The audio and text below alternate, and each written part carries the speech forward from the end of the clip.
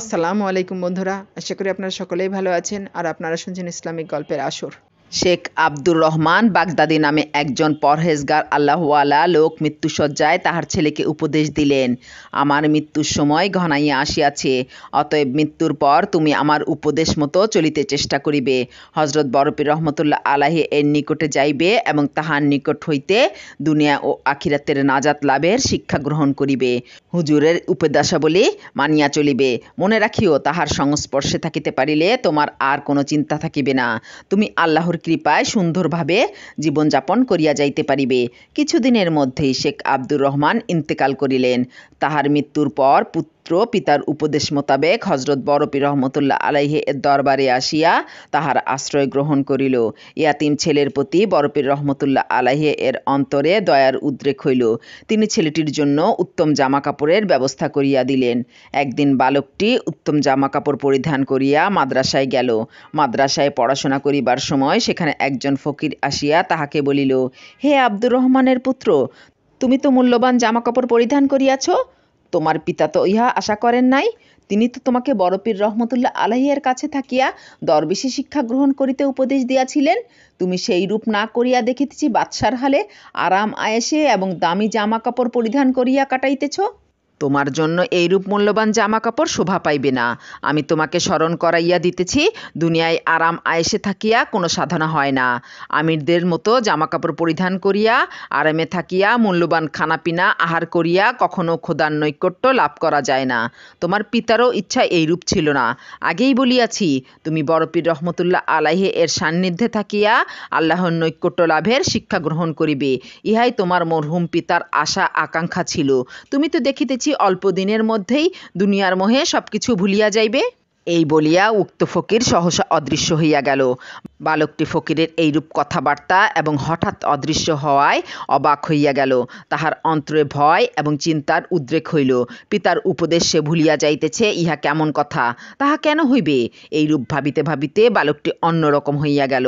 তৎক্ষণাৎ গায়ের দামি জামা কাপড় খুলিয়া ফেলিয়া প্রায় উলঙ্গ অবস্থায় মাদ্রাসা হইতে ছুটিয়া বাহির হইয়া গেল। দেখিতে না দেখিতে সে এক গভীর জঙ্গলের মধ্যে ঢুকিয়া গেল। হঠাৎ বালকটির এইরূপ কাণ্ড দেখিয়া উপস্থিত ছাত্ররা অবাক হইয়া গেল। তাহারা কিছুই বুঝিতে পারিল না।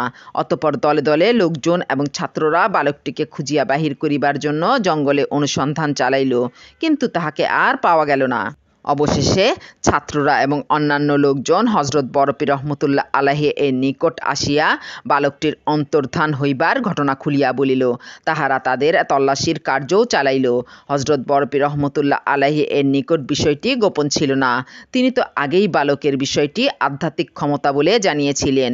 আগন্তুকদের সব কথা নীরবে শ্রবণ করিয়া তিনি বলিলেন, তোমরা বালকটির জন্য ব্যস্ত হইও না, চিন্তার কারণ নাই, উহার কোনো অকল্যাণ হইবে না। বালকটি মহান আল্লাহ পাকের প্রেমে পাগল পারা হইয়া গিয়াছে। সে জঙ্গলের মধ্যে আল্লাহর ধ্যানে নিমজ্জিত হইয়াছে। আজ হইতে 28 দিনের মধ্যে সে আবার ফিরিয়া আসিবে। তোমরা ওই দিন গভীর জঙ্গলের নিকটে আগাইয়া নদীর তীরে উপস্থিত থাকিলে তাহাকে দেখিতে পাইবে। বালকটি ওই স্থানে নদীতে গোসল ও অজু করিতে আসিবে। তোমরা যদি এই কয়দিন অপেক্ষা করিতে থাকো, তবে সে তোমাদের সঙ্গেই শহরে চলিয়া আসিবে। তোমরা এই কয়দিন অপেক্ষা করিতে থাকো, বৃথা খুঁজিও না, চিন্তাও করিও না। আগন্তুক ছাত্ররা এবং স্থানীয় লোকজনেরা হজরত বরপীর রহমতুল্লাহ আলাইহি এর জবানিতে এইরূপ কথা শ্রবণ করিয়া নিশ্চিন্ত মনে সকলে নিজ নিজ কাজে চলিয়া গেল। তাহারা স্থির করিল 28 দিন পর উক্ত স্থানে যাইবে এবং বালকটিকে নিয়ে আসিবে। একে একে দিন চলিয়া গেল। অবশেষে 27 দিনও পার হইল। পরের দিন কয়েকজন ছাত্র ও লোকজন বরপীর রহমতুল্লাহ আলাইহি এর নির্দেশিত স্থানে আসিয়া জড়ো হইল। তাহারা গভীর জঙ্গলের মধ্যে লক্ষ্য করিয়া দেখিতে পাইল যে একটি জীর্ণ শীর্ণ খুবই শান্ত বালক এক ধ্যানে বসিয়া আল্লাহ তাআলার জিকিরে মত্ত রহিয়াছে। জিকিরের শব্দে বনের হিংস্র প্রাণীরা আসিয়া চতুর্দিকে বসিয়া আল্লাহর জিকিরে মাতোয়ারা। তাহারা বালকের চারিদিকে মহা আনন্দে ঘুরিয়া বেড়াইতেছে। বনের বৃক্ষরাজিও থরথর করিয়া কাঁপিতেছে। কিছুক্ষণ পর তাহারা দেখিল বালকটি ইল্লাল্লাহু বলিতে বলিতে বন ত্যাগ করিয়া নদীর দিকে ছুটিয়া চলিয়াছে। বালকটি তখন জিকিরে এবং আল্লাহ প্রেমে এমনই বিভোর হইয়া পড়িয়াছিল যে তাহার পার্থিব দুনিয়ার কোনো খেয়াল ছিল না। সম্মুখে নদীর ওপর দিয়া সে নিমিষে পার হইয়া গেল। নদীর অপর পারেই তাহার জন্য লোকজন অপেক্ষা করিতেছিল। তাহারা দেখিল বালকটি তাহাদের কাছাকাছি আসিয়া পড়িয়াছে। অতঃপর বালকটি লোকজনের প্রায় সম্মুখে আসিয়া পড়িল। তখন সে লোকজন দেখিতে পাইল, তখনই জিকির বন্ধ করিয়া বলিল, আমি বুঝিয়াছি তোমরা আমাকে লইয়া যাইতে আসিয়াছ।